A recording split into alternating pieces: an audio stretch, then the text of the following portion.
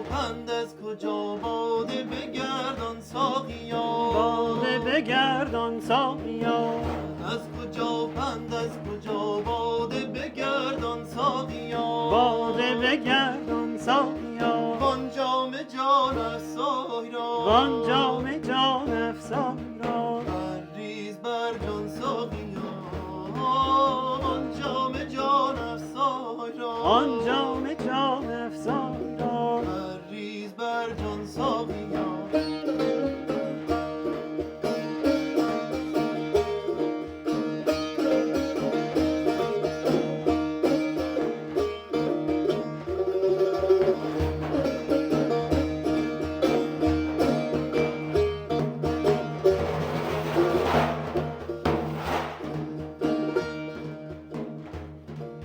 بر دست من نه جام جان ای دستگیر آشنا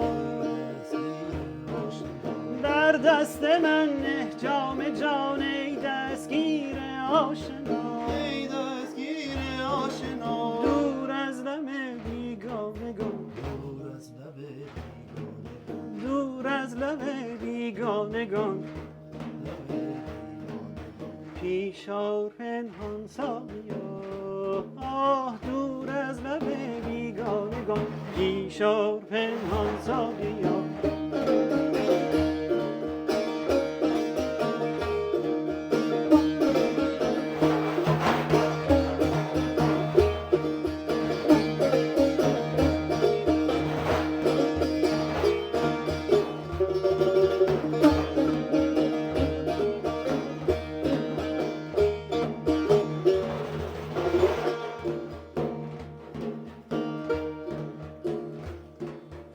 ای جان جان ای جان جان بان آمدیم از بحر نام ای جان جان ای جان جان ما نامدیم از بحر نام برجه گدا رویی مکن در بزم سلطان ساقیا برجه گدا رویی مکن در بزم سلطان ساقیا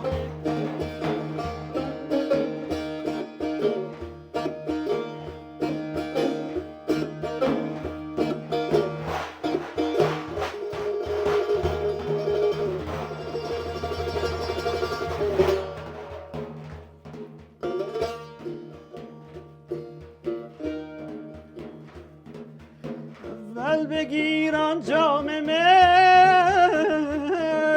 بر کفه آن پیر نه اول بگیران جام می بر کفه آن پیر نه چون مست گردد پیر ده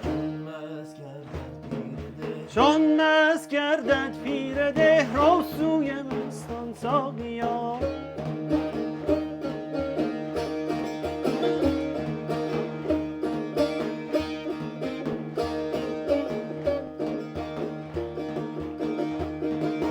برخیز ای ساقی بیا برخیز ای ساقی بیا ای دشمن شرم و حیا ای دشمن شرم و حیا برخیز ای برخیز ای ساقی بیا ای دشمن شرم و حیا تا وصل ما پنهان شود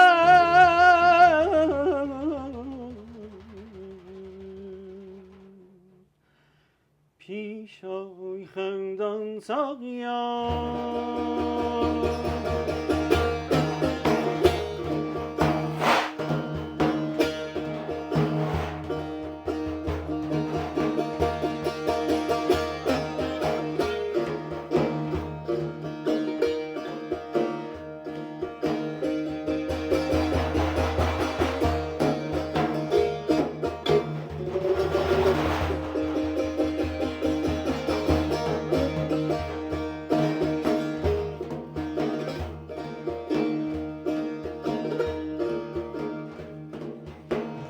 از کجا پند از کجا باده بگردان ساقیا باده بگردان ساقیا از کجا پند از کجا باده بگردان ساقیا باده بگردان ساقیا وان جام جان افزای را وان جام جان افزای را ریز بر جان ساقیا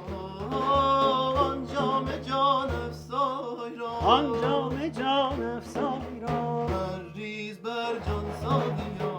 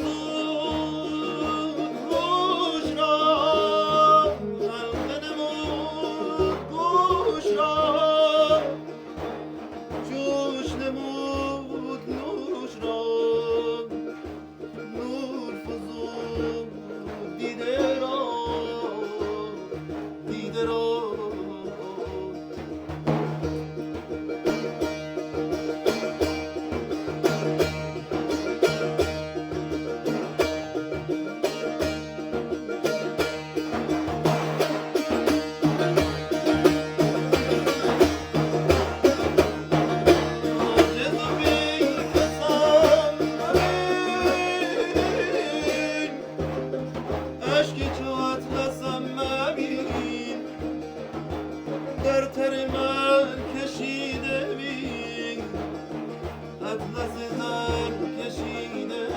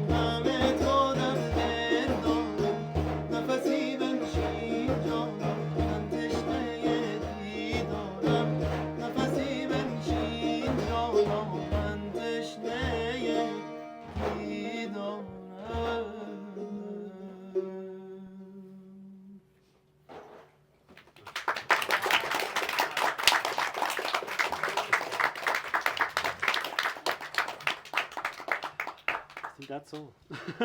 That's all we got. That's all we got. Yeah.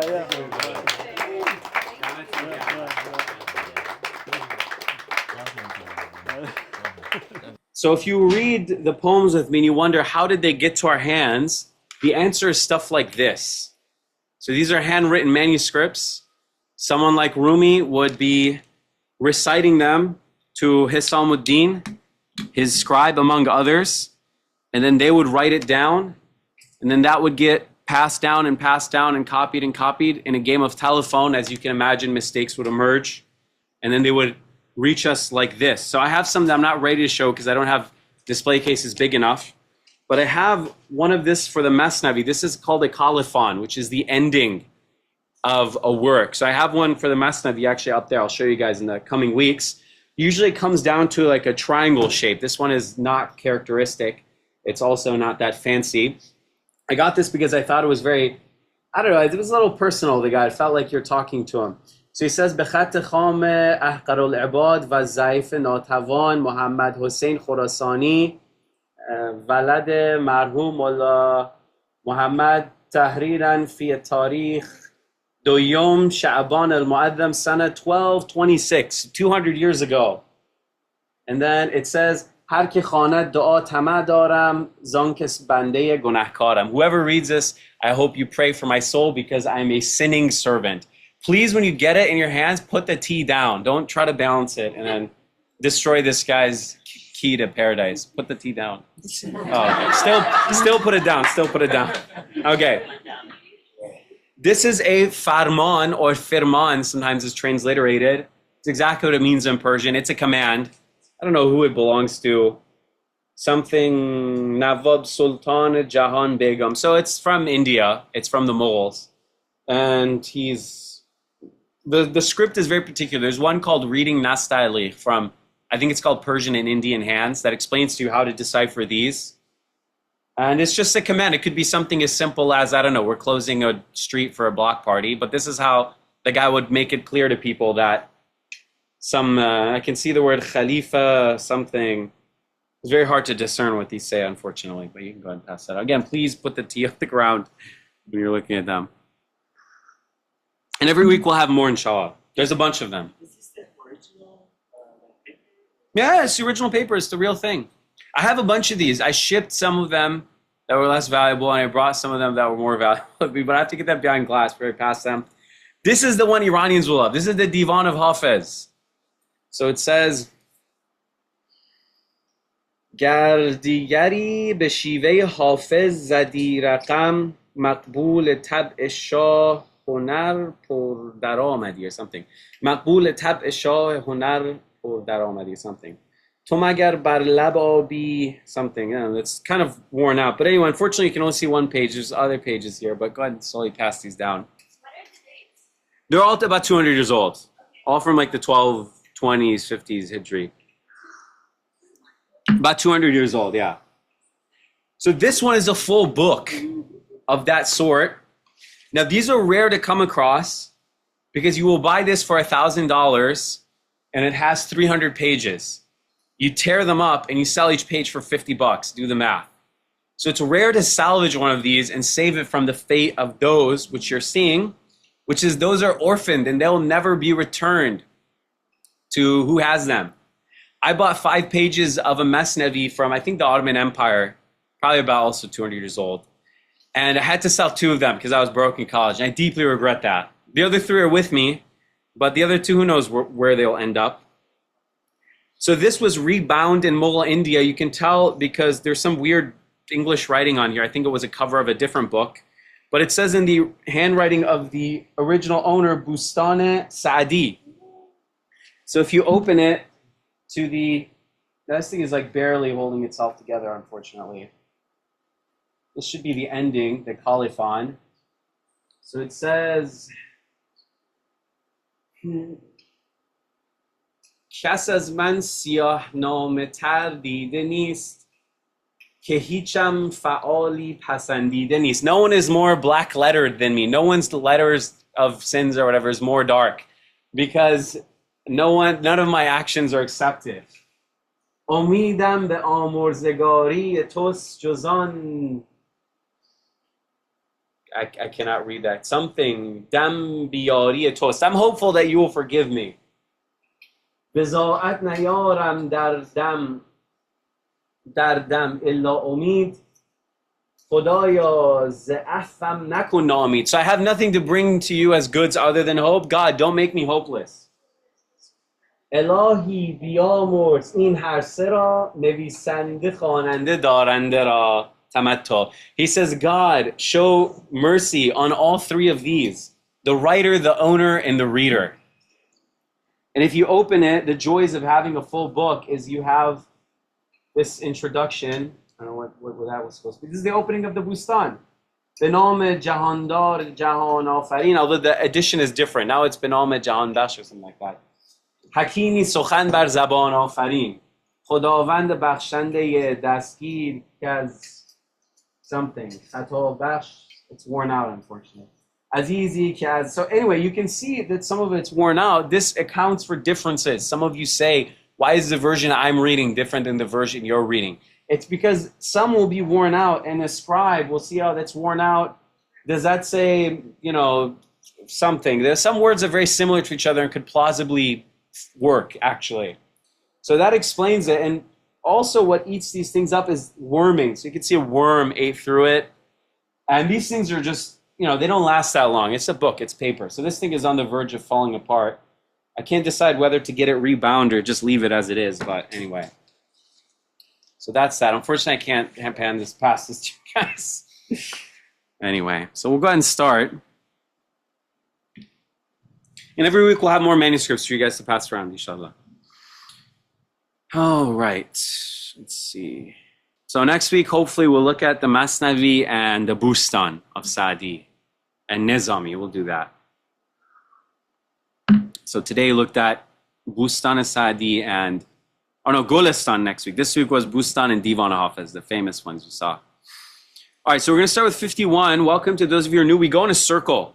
So I will read the English and then you will read the English. And okay, you 3 know how it goes, so we'll just go that way. So this is 51. O Father, if you are fatigued, come towards my beloved, so the spring of souls will refresh your heart. All right. گر تو ملولی پدر جانب یار من بیا گر تو ملولی ای پدر جانب یار من بیا تا که بهار جانها تازه کند دل تو را بوی سلام یار من لخلخه بهار من باغ و گل و ثمار من آرد سوی جان صبا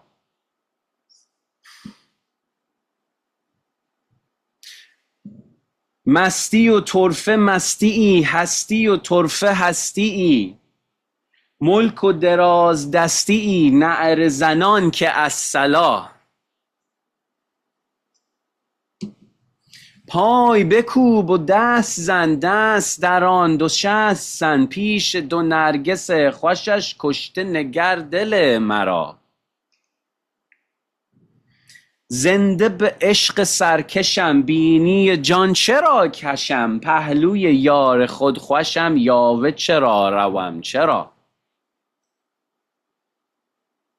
جان چو سوی وطن رود آب به جوی من رود تا سوی گولخن رود طبع خسیس ژاژخا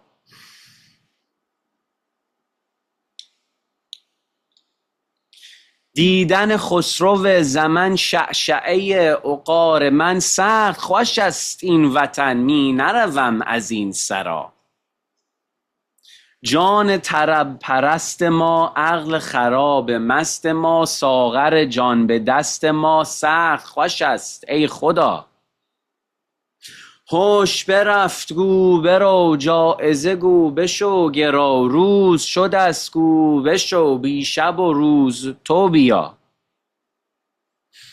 مست رود نگار من در بر و در کنار من هیچ مگو که یار من با کرم است و با وفا آمد جان جان من کوری دشمنان من رونق گلستان من زینت روضه رضا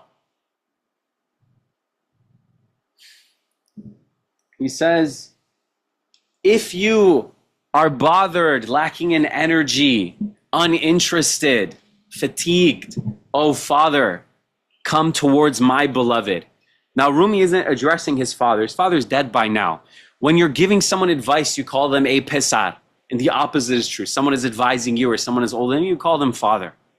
Ta ke bahar janha, so the spring of the souls will refresh your heart. And Shams means sun, right? The sun comes out in the spring. Come towards Shams, he will refresh your soul. The smell of my beloved's hello, the lachlacha, which is a beautiful, funny word. It means something like herbs, essentially. The herbs of my spring, the garden and the roses and the fruits of mine will come towards the soul with the morning wind. The zephyr brings them. Lachlacha specifically is a cephalic medicine, an aromatic unguent, I think is the word, a species of strong perfume, a censer, a lamp. So something to that effect. A good smelling herb. Think about how bad the pre-modern world smelled, right? So herbs would have been like perfume, essentially. And perfume wasn't like now, it's all synthetic. Back then it would really have to be made of musk and expensive materials. So it wouldn't be a joke back then, it would be expensive. Masti u torfe masti, a drunkenness. But what a drunkenness, what an incredible drunkenness. An existence, and what an existence, a being. Hasti is the word for to be, but specifically about things that exist. So ast and hast, we as Persian speakers even mix them up. Ast means it is as a matter of fact, and hast means he exists, or it exists. So an existence, a being, but what a being. Mulku daraz dasti, the Persian word for zulm is daraz dasti. What does it mean? One of the Persians tell us. Long-handedness, overextending your hand. Tatawul is the same thing. Tatawul yani tul dadan, which Sadi says in the Golestan. To overreach what's yours. That even goes into eating etiquette. Have you guys ever seen how Arabs eat and how we Persians used to eat, by the way? Photographic evidence shows it. Before anyone tells you that we used to eat like French people or whatever, we would sit with a big sini, right? And everyone would eat together. What do you do if across from it is something you want to eat? Is it okay to reach over? No, you're not allowed to. The etiquette is you can only eat what is directly in front of you. So that doesn't mean oppression, but it's another type of deraz dasi, of overextending your hand. Na'rizanon ke as-salah. So the kingdom and oppression cry out and say, come, come. So Shams is like a king, but he's an oppressive king. He'll steal your heart away from you.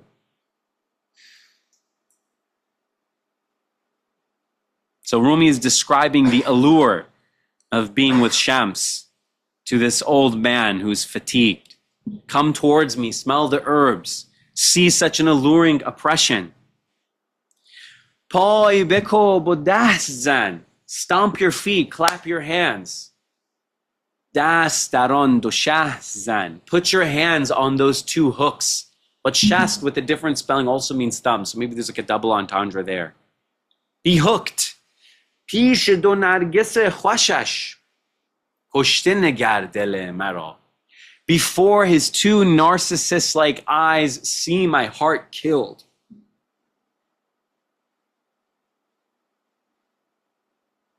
Come and enjoy the spiritual elations of Shams, but see me killed there while you do so. Zinde be ishq sarkasham. I am kept alive by a rebellious love. Sarkash is the Persian equivalent of yaghi. What does it literally mean? So many of you here know Persian. What does sarkash literally mean? It's a compound. What's the first? No. Rebellious. But what does it literally mean?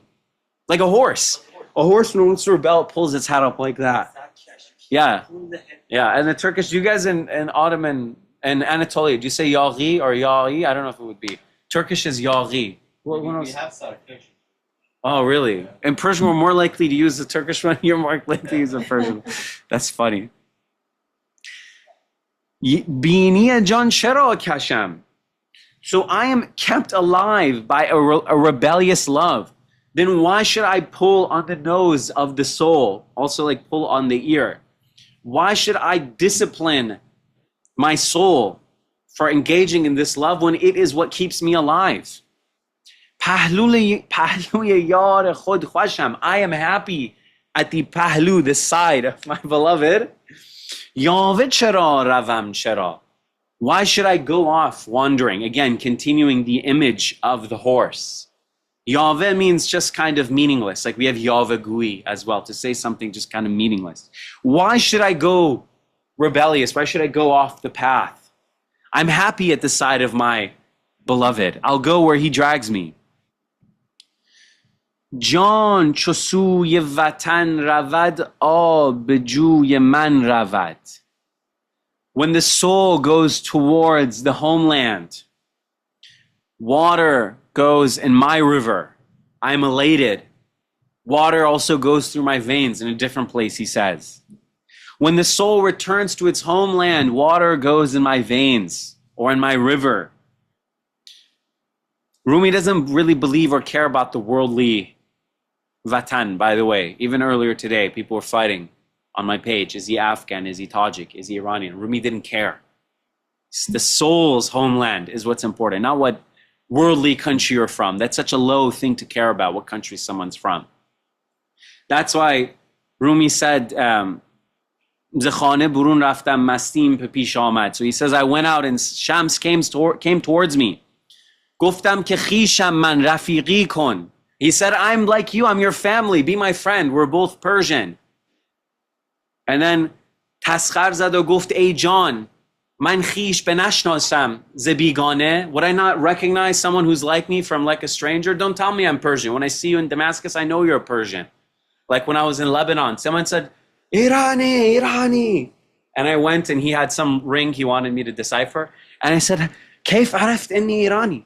He said, Yubayyin, your face, it's so obvious. So Rumi sees Shams, Shams sees Rumi, he says, you're Persian. Shams says, to darin fek mikoni, darin had fek mikoni, to mashghuli in jur chizai ke to Farsi o in Kurd o in Lore. So what does that even mean? He says, Ey John, ni means a Farqane, ni means a Turkestan. I'm half from Farqana, half from the Turks, half Persian, half Turk. It doesn't matter. And then today idiots in Iran say, oh, Shams Tabrizi, Tabriz Turk, and Fars, Topan Turk, as if any of that even matters. These incidentals. تا سوی گلخن رود طبع خسیس ژاژخا. The temperament that is stingy and literally chewing on thistles like a camel would, but it also is like yavegu ژاژخا, just khayande ژاژ, from khaidan, chewing thistles. So this temperament of mine, this lower self that's like a thistle chewer, goes towards the oven of the bathhouse where they dump manure to burn. Goes to shit, basically. Excuse me. Don't bring it, it's fine. دیدن خسرو زمن شعشعه عقار من. دیدن خسرو زمن شعشعه عقار من. سخت خوش است این وطن، می نروم از این سر. Seeing the Cyrus, the Khosrow, the Caesar, the king of the day, the reflection of my wine, the resplendence of my wine. Don't worry, this isn't a product placement. I'm not sponsored, but I'll put it right there. They can see. I did get sponsored. I said that Ahmad tea is the best tea for Persian tea, and they sent me a few boxes. They sent me an email. They said, "Thank you for promoting us." I said, "It was just I really like your tea." I think you might be drinking it tonight. So anyway, Sakht khosh ast in vatan. This homeland is an intensifier. It doesn't just mean difficult. It means like seriously, like as tough, like we say in English, means a lot. You know. So he says, that's very nice, very great, this homeland. I will not leave this palace. Also, they had a more granular idea of what a homeland was because they had city-states or little kingdoms. So in Iran, literally up until 100 years ago, we didn't think of Iran as a country, by the way. Do any of you Iranians know what the official name of Qajar Iran was? It starts with a meme. Any Qajar money, any Qajar document. Mamalik Mahruse Iran. Have you guys heard this phrase before? Yes. The guarded kingdoms of your Mamalik, Mamlakatha, Jam.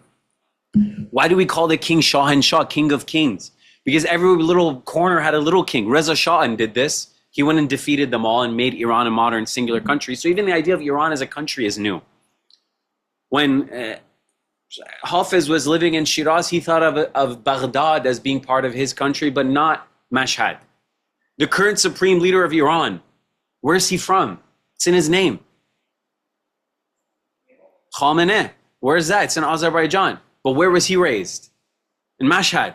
His father was exiled to Mashhad.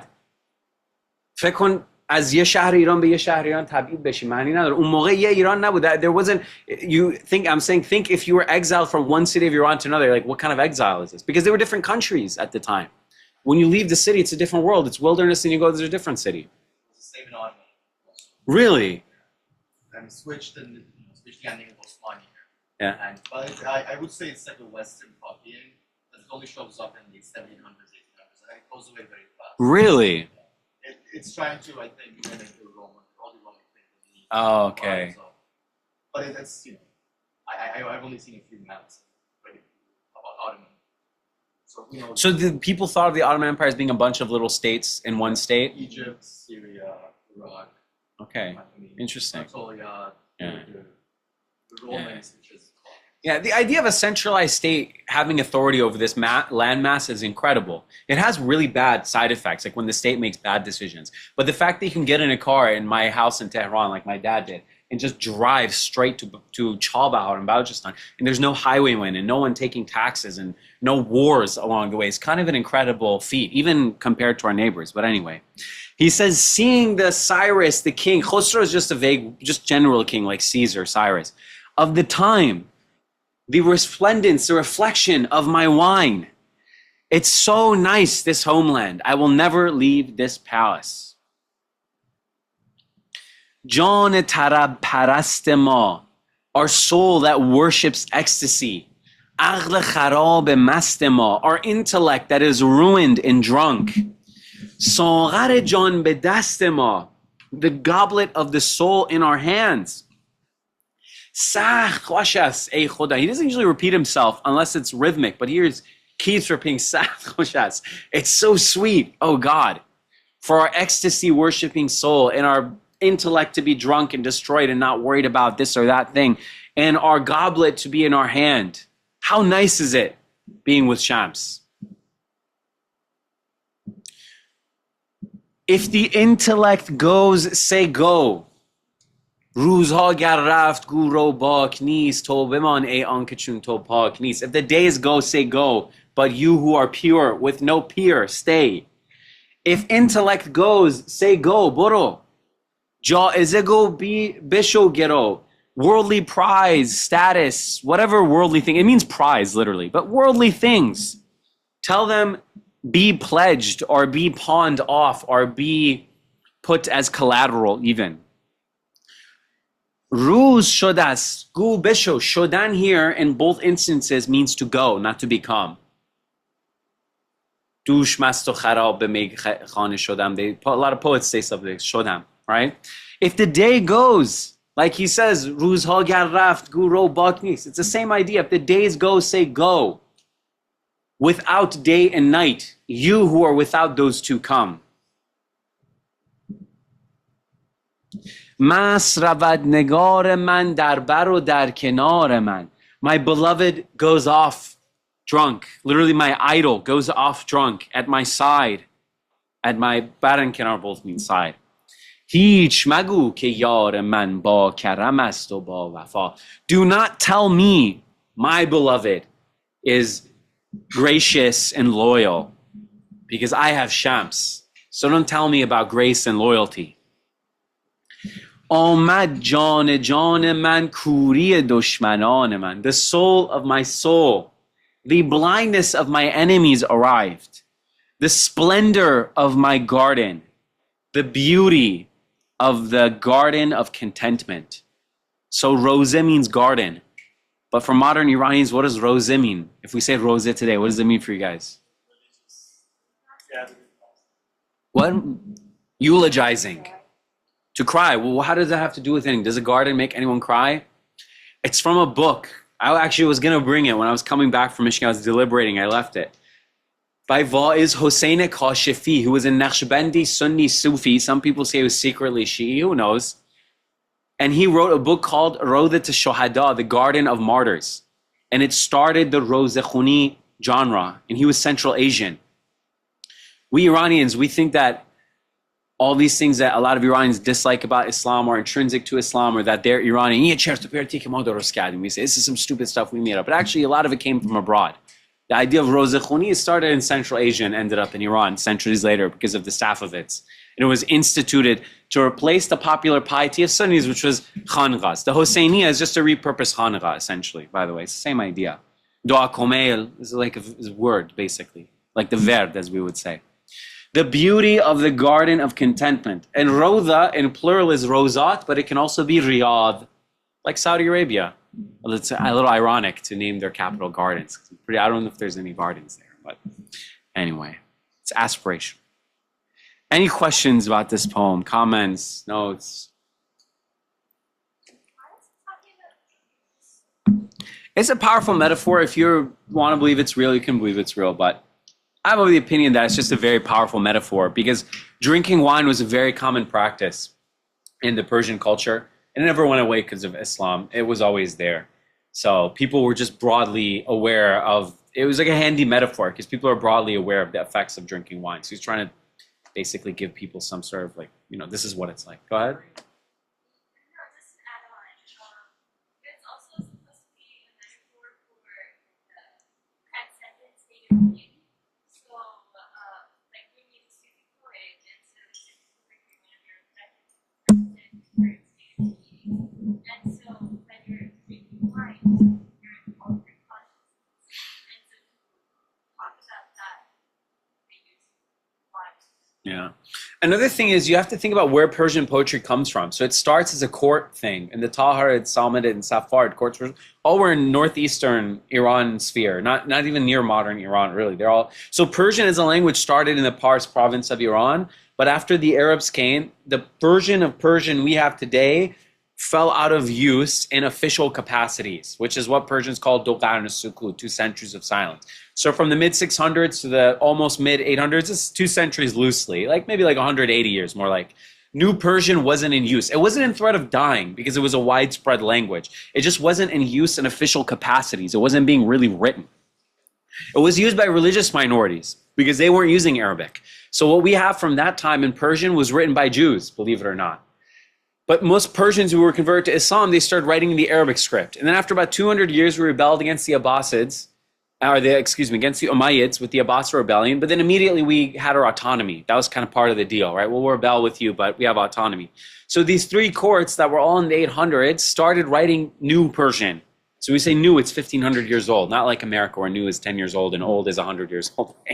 So they started writing it using a modified Arabic script.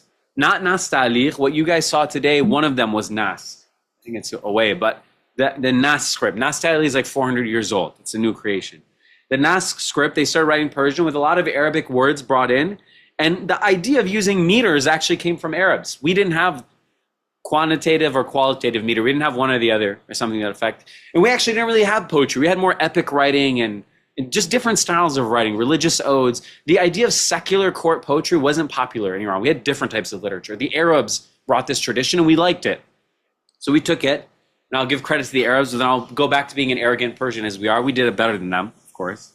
But anyway, so they brought back new Persian, as we call it. They reinvigorated, they give life to Persian.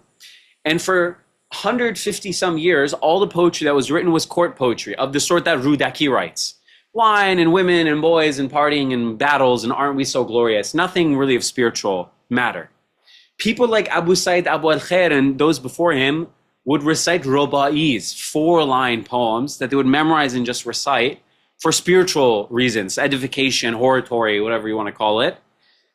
Then eventually, Sanoi Ghaznavi leaves being a court poet. He has a spiritual awakening and starts writing Persian Sufi poetry as if he was a court poet.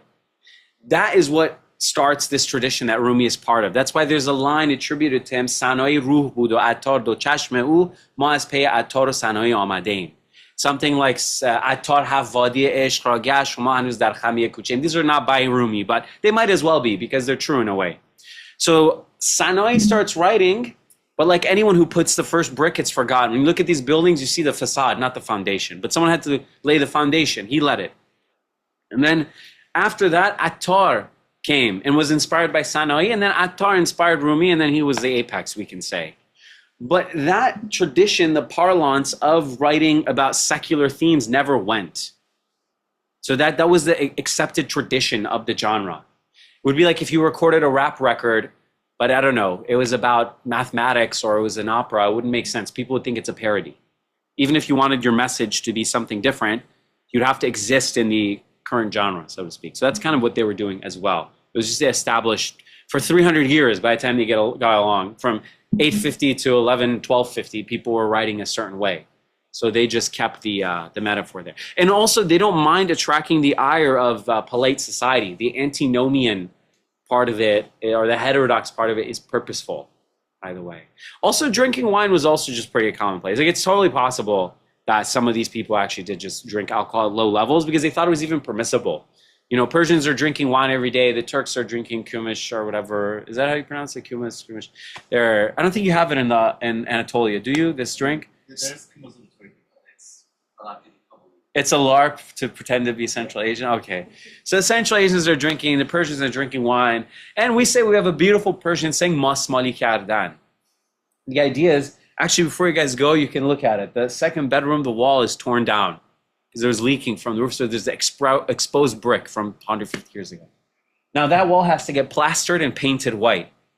There's a Persian phrase when someone says, Sefid Eshkon, he said paint it white and he just rubbed yogurt on it, which means, or there's another saying, this is a Sharia hat, کلاه شرعی, Sharia hat on it, کلاه شرعی روش گذاشتن. So they came and said, well, you know, the Quran says don't drink khamr, and khamr is date wine, and Persians drink grape wine, so that's okay. And kumish is just milk that's a little old, and all milk gets a little old, and that's okay.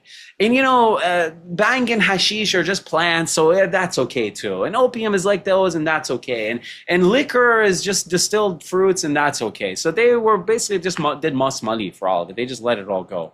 And you can read about this. There's a really good book that explains it. Again, a book, it's getting posted here, actually. I shipped my books. It's about drug and alcohol and smoking use in Iranian culture. There was several Safavids who were very religiously kind of motivated, which was rare for Iranian kings, who were alcoholics, and everyone was alcoholic in Iran at the time. And they would have some life-changing experience or won in battle or almost died, and they would pledge and say, okay, I'm banning alcohol. And it's like Sultan Fulani, Hamas lasted 2 weeks, and then he re-allowed alcohol. So actually, it's interesting. What we're going through in Iran today has happened hundreds of times, possibly. In Hafiz's time, right? Al-minnatu lillah ke dare meikade baz ast zan ru ke maro bar dar ruye niyaz ast. Thank God they opened the ger az bahr dil zahid khud bin bastan dil qawi dar ke az bahr khuda bogshayand. If they closed the doors of the wine house for the heart of some lowly religious person, hope that for God's sake they'll open it. Oh, thank God they opened the wine house doors. I'm really needed. So even in Hafiz's time, the wine was banned in Iran. So whether we Iranians, we think what we're going through now is special, it is absolutely not special. That moment in time in Iran today has happened a bunch of times in Iranian history, unfortunately. So, anyway. Any other questions, comments? So I was just wondering if Rumi in his writing acknowledges at any point the Islamic prohibition of alcohol. Yeah, he says, Masti as veju, as bango me maju. Seek drunkenness from God, or seek drunkenness from the divine, not from weed and wine. He says, bang was a cannabis seed drink, and may is just wine. So he believes it's a shortcut, basically, that it's not the real deal. You know, you see people, they say, oh, I had whatever drug and I had a spiritual realization. I don't think it's that easy. It's a shortcut. It's a simulacrum. It's a facsimile, as they would say. There's just a facade of the change, but it's not real. So Rumi knew about it, and he didn't approve of it as a shortcut. Now, what I'd say is some people are committed emotionally to the idea of Rumi as like one of the good mullahs. And some people are equally committed to the idea of him as a stringent mullah. But Rumi defies these simplistic culture war definitions. So he's something in the middle. Anyway. Questions? Oh, go ahead. Oh yeah, I was going to say it's kind of related. How like you said the name of the cannabis drink called Bang, yeah. Like Bang Lassi in Northern India? I was going to say, well, in Swahili, the word for cannabis is bangi, and there's a lot of like Persian. Yeah, it's from Persian for sure. It's Bhang because it entered English from Hindi or Urdu or something. Is an edible preparation made from the leaves of the cannabis plant originating in India. Very well might be from India originally. Cannabis sativa is, okay, whatever, we already know that. Is the least harmful form of cannabis preparation, probably because you don't have to smoke it or whatever. Yeah, I don't know. There's no much more. It doesn't exist in Iran anymore, but it used to exist. I mean, even till this day, I think we use the word bangia, yeah, but we don't actually have bang anymore. It doesn't really exist as a thing. But yeah, I mean, there's manuscripts, bang eaters. I guess you could eat it. Maybe they would dry it out or something. But yeah, it was a common.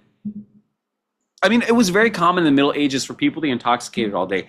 They didn't have like percentages of alcohol. Like it's very possible people spent years consuming things that were alcoholic that they didn't know. Or, you know, Anglo-Saxon would drink, is it mead or med every day? I've only read it. Mead, they would drink mead every morning and be drunk. Iranians would drink sabu, morning wine. People would just be drunk all day back in those days. It was very normal.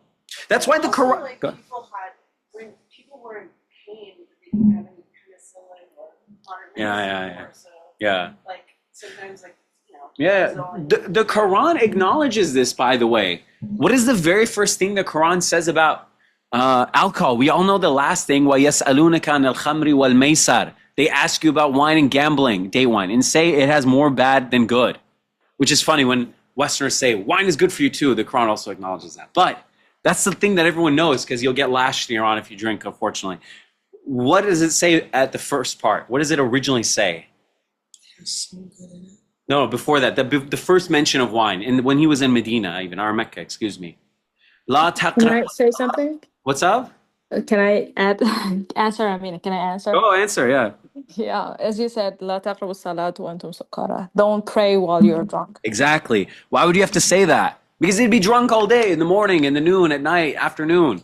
And there was some people, when the Prophet ﷺ was ruling Medina, they came and said, Ya Rasul, you said don't drink anymore. I can't. Just give me the punishment so I can not feel guilty. But I can't stop drinking. I've been alcoholic my whole life. That's why in COVID, they didn't close the liquor stores. Because if you're alcoholic, you could die from the withdrawal if you're just drunk all day, every day.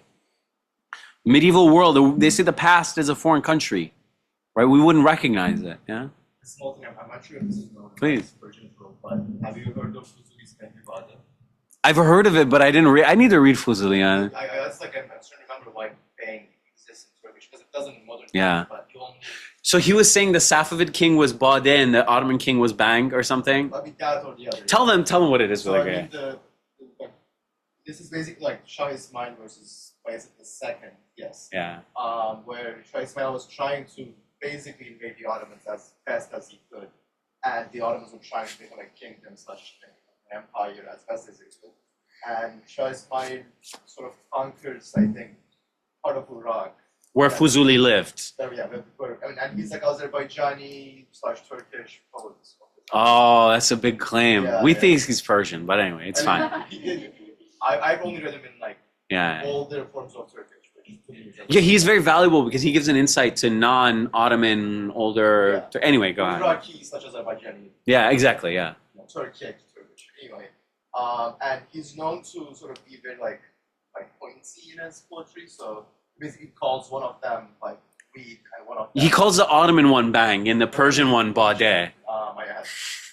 Bango Bade, yeah. He calls. I mean, in English, it's hashish and wine. Really Yeah. Translated, but regardless, it's it's about like one kingdom tries to be weak and conquer everyone's. Once everyone one kingdom wants to be wine and conquer everyone's minds and hearts. All of them suck. All of them should be avoided. Is the thing. Four guys overlooked. No one reads Fuzuli, unfortunately. I mean, it's like in Turkish, you learn about him in like I think early high school. Just like this like satirical poet that exists that is important, but I guess only. He has a couplet I forgot, but it's like so Persianized. It's Dar Yoch Darman. Oh no, Dar Choch Darman Yoch Yar something. And I'll look it up later, but I'll send it to you guys. The Ottoman one is wine, and Shah Ismail is bad. Oh, so I think he likes cannabis then. I mean, he hates I guess. both. He hates both. It's sort of meant to be a gift, like a gift poem to Shah Ismail, but it's pointy towards both of them. It's basically saying like both of these pieces, like kingdoms suck. Both of them should be like down. It's interesting. Ultimately, like it comes back to the Ottoman sphere and wishes for like money and like favors, but I think it doesn't really get to this way. All right. Any questions, comments, anything else? We'll read the next one. I think we have enough time for that. All right, we'll go to 52. Let's see how long this one is. Not too long, great. It's short. Won't keep you guys too long. Okay. Because loving your face is our soul's entire contentment, to quit the desire of our soul has then become disbelief. Go to Aaron.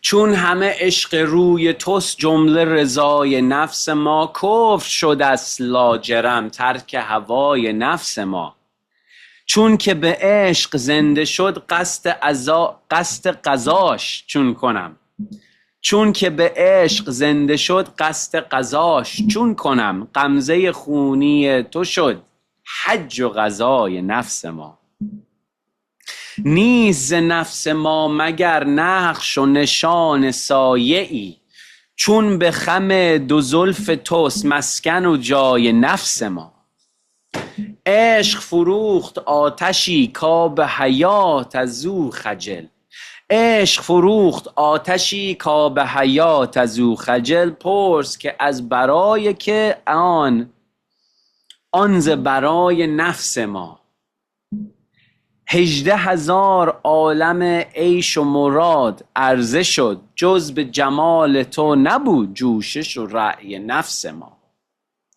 دوزخ جای کافران، جنت جای مؤمنان، عشق برای عاشقان، محو سزای نفس ما. اصل حقیقت وفا، سر خلاصه رضا، خواجه روح شمس دین بود صفای نفس ما. در عوض عبیر جان در بدن هزار سنگ، از تبریز خاک را کحل ضیای نفس ما. All right. Because your love, the love of your face, is entirely the contentment of our soul, of our nafs. That definition of the soul, the negative one, dislike, that inclines you to lowly things. Kof shodas lajeram. Now he flips the normal trope on its head. Certainly it has become disbelief, kof, to quit the desires of our soul. Usually Sufi poetry is all about that, right? But he's flipped it around. To quit the desire of our soul is now kufr. It's now disbelief. Because that lower desire has inclined us to a higher purpose. There's so much there. So usually the lower desire is bad. But sometimes the lower desire can incline you to something good.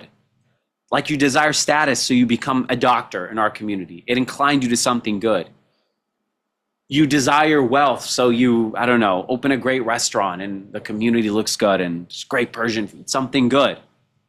Or you fall in love with Shams's superficial beauty, but that superficial beauty takes you to the real, al-majazu qantrat al-haqiqa, as they say. The superficial or made up love is the bridge to the real love. So to love your face is lowly, it's past. But if it leads us to the divine, then the opposite is true. To not do it, to not go after it is kufr.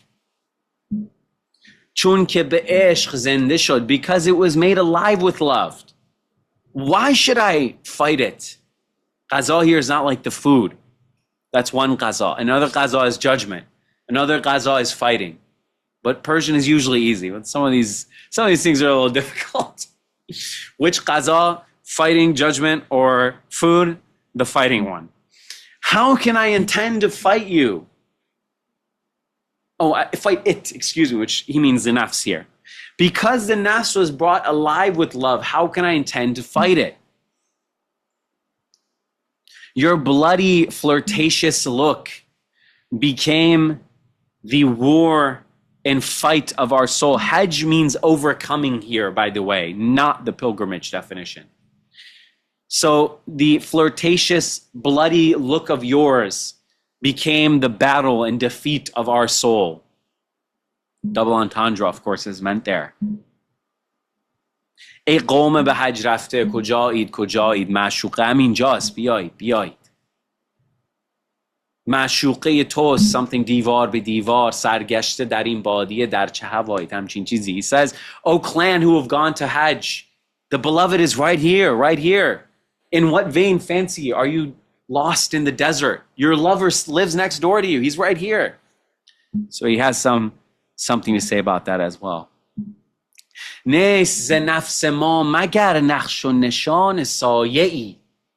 There is no sign from our lower soul other than the design or sign of a shadow. The shadow comes from what? The sun, Shams.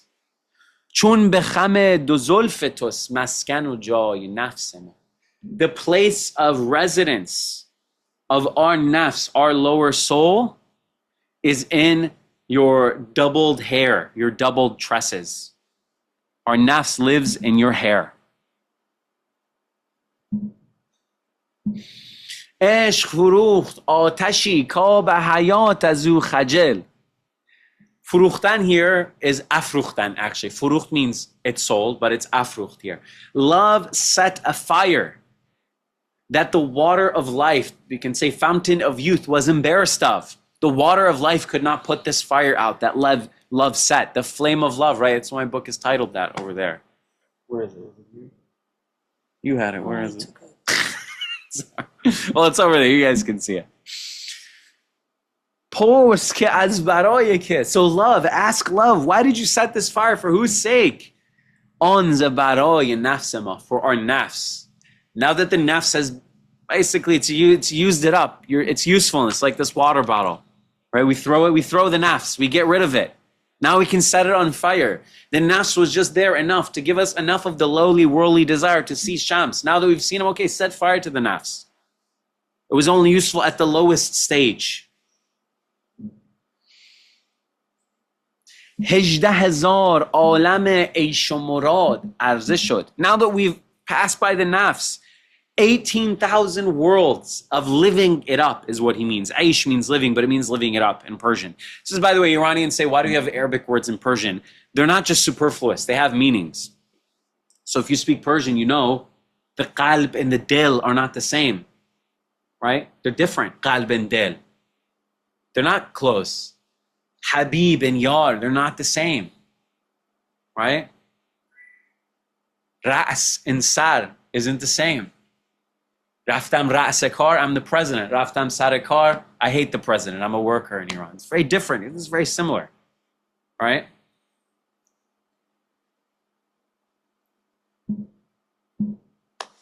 Should I do some bi'adab on it once?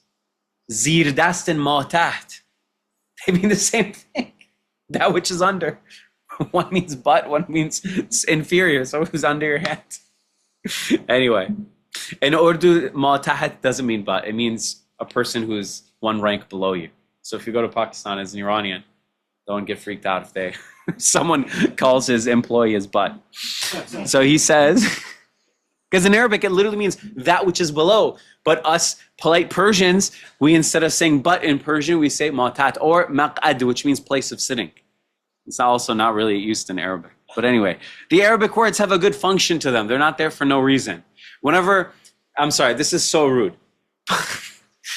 One Iranian guy was really rude to me. He's really just like being rude to me in Iran. He's like, you're Arab worshiper, but we should get rid of the Arabic words. I was like, واقعا راضی هستی کلمات عربی رو محو کنیم از زبان فارسی؟ گفت آره. گفتم تو حاضری بری دکتر بگه چته؟ بگو آقا کونم خیلی در میاد. He said, get rid of the Persian Arabic words. I said, would you be satisfied to go to the doctor? Doctor says, what's wrong with you? And there's a bataram hasta, worse ones. What's wrong with you? Oh, my ass hurts. Because that's what it means in Persian. The nice word for it is Arabic. What can we do? Aish means, zindagi means living. Aish means living it up. So zindagi is just to be alive. Aish is a degree better. 18,000 worlds of joy and desire were displayed. Other than your beauty, there was nothing bubbling or boiling and the desire of our soul, or nothing making our soul bubble and etc. So in 18,000 worlds of joy, it was just you that I was looking for. Duzakh jay kafiran, jannat jay mu'minan, ishq baraye ashiqan mahv sazaye nafs ma. He says, let the people who worry about religion and disbelief claim their heaven and hell. The people who don't understand که ملت عشق از همه ملت ها جداست، دین و مذهب عاشقان را خداست. That the love of religion, the nation, the millah that we talked about, the millat of love is separate from them all. Unto lovers, God is the religion. Let those idiots who worry about who's kafir and who's Muslim fight and kill each other. This was very present in that time. The Shafi'i would say the Hanbali isn't a Muslim, not just Shia Sunni, it was even deeper than that. Every single sect of Islam considered all the other sects to be disbelievers. They wouldn't pray in the same place. They would have 4 prayers in front of the Kaaba. They would take turns, and Shias probably would have to hide among one of them. They wouldn't even be there. So he says, again, you can have this superficial reading. Wow, look, Rumi is classic old mullah. He really is a mullah. He says, Duzakh joy kafiran, Jannat joy mu'minan. It sounds like he's just like Alam al-Huda or something. Hell is the place of disbelievers. Heaven is for believers. But this is hearkening back to who? To Kharaqani, who was summoned in front of all of humanity. And God said, who wants to go to the first heaven? 50% went. Second heaven, another 30 went. And then he cleared the heavens and Abul Hasan Kharaqani was there. And God says, Ya Abul Hasan, ma laka, what's wrong with you? Don't you want to come to heaven? And he says, why? Tokin jai. So much better in Persian. Wow, you're here. Why would I go anywhere else? I'm here for you, not for heaven. So let those idiots argue about who will be in hell and who will be in heaven. Love for the lovers. An effacement for our souls is what we want. We want love, not heaven or hell. What a simplistic, stupid thing to worry about, heaven or hell. اصل حقیقت وفا سر خلاصه رضا. The essence of the truth of loyalty, the secret of the, something like summarizing of contentment. So the essence of the truth of loyalty, the secret of contentment summarized is Shamsuddin, or Khaja, our Lord with a lowercase L, not the big case, the lowercase L. Khaja Ruh Shamsuddin Bud Safai Nafsama. The Lord of our soul, the Son of religion, Shams, the joy, the purity, etc. of our soul, of our nafs. در عوض عبیر جان در بدن هزار سنگ از تبریز خاک را کحل ضیای نفس ما. Instead of abir, which is just a type of perfume, for the soul and the body that has 1,000 rocks. I think abir might have been, they would grind down certain rocks. I don't know why he says 1,000 rocks. As Tabriz khak ra, from Tabriz collect the clods, but actually he's talking about antimony or calarium, a type of stone that's ground down into powder to put under your eyes. And here it's a sign of devotion. We don't wear it in Iran anymore. In Pakistan and Yemen, they still have it. If you get inspired after this, like I was, to go buy it and wear it, don't, because it's all lead. The stuff you order from Amazon is just lead, so don't do it, yeah? It's the same thing. Sorme, kaja, alcohol, that's all the same thing. It's just one rock that's ground down, but a lot of it, again, is just lead. Like literally just raw lead. It haunts me to think how much of it entered my system directly from my eyes when I lived in Jordan. I mean, Bedouin do it, so I was just, maybe they thought I was one of those Bedouin or something, but I was doing it there to the horror of my family.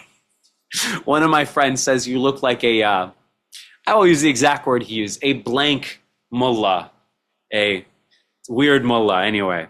In Pakistan, it's common. He says, from Tabriz, the dirt, bring kohol, sorme, to be the light of our soul, to rub the dirt of Tabriz on our soul. All right, any questions, comments?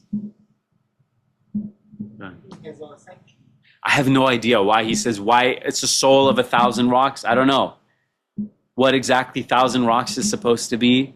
Maybe eventually we'll get a hold of it. I think it means there's like 1,000 types of rocks. And I'm just looking for that one rock that is the Kohl of Tabriz. I don't know. Anyone have any idea? Want to look it up? 1,000 rocks. If 1,000 rocks. What's up? When I looked up 1,000 rocks, it's a trap song about crack rocks, so I can't find it. Of course. There's many of them too. Is it? Yeah, that is a poem. You're right, yeah. Ganjur, so Ganjur didn't have Hezar Sang at all. Sometimes Rumi has phrases that no one can explain what they're supposed to. What's 1,000 rocks? Rumi uses it a bunch of times, actually. Wow. And he uses it a few times. Sad Hezar Sang. I'm trying to find Kama Hezar Sang, Shekafat Zabanu. Bidel Dehlavi uses it. قدسی مشهدی هزار سنگ به کف انتظار من دارد هزار سنگ زند گر کسی به پهلویش سلیم تهرانی فصیح هراوی خوبان هزار سنگ جفا بر دلم زنند امیر پازواری I don't even know who this is نه ته دشمن صد چینه I think it's not Persian بر سر هزار سنگ رسد هر زمان مرا فضولی از 100,000 سنگ that's 100,000 بر سر هزار سنگ ستم گر خورد از او جامی so I guess it's a phrase but no one defined it not even in Vajayab that's disappointing Saadi uses it too so I guess it's a common turn of phrase but it's not anywhere and the 18,000 worlds presented in verse 5 yeah I looked that up it's like a interpretation from the Hadith. Oh, what is it? There are 18,000 heavens or something? Yeah, like realms. Okay. Interesting. So all the realms. I'm trying to see if anyone in Ganjur commented on what 1,000 rocks could be. Sometimes the comments of Ganjur are very useful, but more so for poets like Hafiz or Saadi than Rumi. No, nothing. Anyone listening to the recording, if you can figure out what Hizar Sang means, I'll amend it and resend the poem. In Ottoman, it's used, like Hezar is used as an intensifying. Okay. Like, Hezar fan exists as like a holy pot. So like some like intensifier where sang means something metaphorical. Very stony. Like so, like what does stone mean? Actually? Yeah, like a bulbul is called Hezar Dastan, 1,000 tales to tell or Has something. that rank in Arabic? Yeah. It's like very colorful. Yeah, it could be. Which means like has It's just a nice, round, imaginable number. Like the Hazara people. Are they really descended from 1,000 Mongols? I mean, who knows what the number is? It's just an imaginable number. Because 10,000 and beyond gets the realm of hard to imagine before technology and big societies, 1,000. I mean, cities had like 10,000 people. So 1,000 is a nice round, like maybe like 100,000 today. Nice round, big number. Yeah, 1,000 foot. But that's also millipede in Latin too. So, or whatever French it comes from. 1,000 foot. Anyway, here's a call out to anyone watching this in the future. If you know Hezar sang 1,000 rocks. All right. Do you guys want to just immediately go ahead? Ask. Sure, yeah. I think al-kuhul and kohl must be etymologically related. Yeah, I could just quickly find this out for you, actually. Let me just do it really quick. They are? They must be. But then how are they connected? Like, theoretically, how does that work, though? It's like a very long story for it. I don't know if I remember all of it, but it had to do with like the process of like distilling. Yeah, and like getting the essence of something. And it's like it had many, like a lot of steps. I don't remember all of it, but I do know. Here, I'll find it out really quickly for you. I'll go to the etymology dictionary. Okay, alcohol, from Arabic al-kuhul, from al-koh, but it doesn't say why. From Aramaic kohla, antimony, compare Hebrew, but why is it antimony? It doesn't explain. Yeah, maybe. Another call for the viewers. I'll translate on the spot. Sure. It's it's a system that appeared in the 11th century in among Spanish Arabs, and the term alcohol is like is used because it's similar to how the coal for the eye includes lead sulfate, and lead sulfate and the process of making alcohol, I think, was similar. Interesting. That's very cool. On-the-spot translation of. That's very cool. So it's lead once again. Yeah. It's funny. I like when people have notions about the Middle East. Someone will say, "Do people drink alcohol in the Middle East?" I was like, okay. You used our word to ask us if we drink it, but the answer to that is yes. Alcohol. Anyway, any other questions, comments? Yeah. Sorry, I was thinking maybe that I'm not sure about it 100%, but Hezar Sangs. Did you heard about the word Geran Sang? Yeah, like a heavy stone? Which means something that is worthy. Oh. Yeah. Something that like costs a lot. Worth 1,000 gems, maybe? Maybe it means like in a worthy badan, maybe worthy. Yeah. So Hazar 1,000, a bird called 1,000 voices, Hazar Dastan. Species of nightingale. No, nothing I can find. Let's see. You said Geran Sang? Geran Sang means something that is Geran Baha, like something I that believe worth a lot. Geran Sang, heavy, weighty, grave, dignified, precious, valuable, low-spirited, patient, content. Might be, the worthy body. Yeah, so Hezar here it means a lot, like it comes for Kestrat, we use it in Farsi. 1,000 gems. So Sang can also mean gem. The body of 1,000 gems could be. So it means instead of using Abir for our soul that is like, worth a lot, we use the koh from the city of Tabriz that Shams came from. Yeah. So it's like instead of a beer, that makes sense. So it's something like instead of a beer for the worthy soul, exactly, something like that. For the body of 1,000 gems, something like that, maybe. Something that the body that like is worth more than that makes perfect sense. Yeah, I'm way more willing to accept that. Thank you. I'm just thinking right now. I mean, it might. No, be it's great. It's great. Please, thank you. Yeah, you're welcome. Of course. Mansoor, what did you want to ask? Yeah. So there's room to sit with your back against the wall if you guys want to go there. There's room. Stanza that begins, "How a place for disbelievers, heaven a place for believers." So then it says, "Love is for the lovers, effacement but not punishment." Yeah. I was wondering if you could just help me understand what that means, because it's interesting. Effacement but not punishment. It seems like Rumi's poetry is encouraging effacement, but now he says effacement is the punishment. You should efface your ego and the nafs, the self, the lower self. Get rid of it. Wipe it away. Mahvishkon. Get rid of it. Make it not exist. It's just a fancy effacement is the literal exact translation, but just get rid of it essentially. All right. Any question? Something to that. Some people have said that. I don't know if that is correct analysis or not.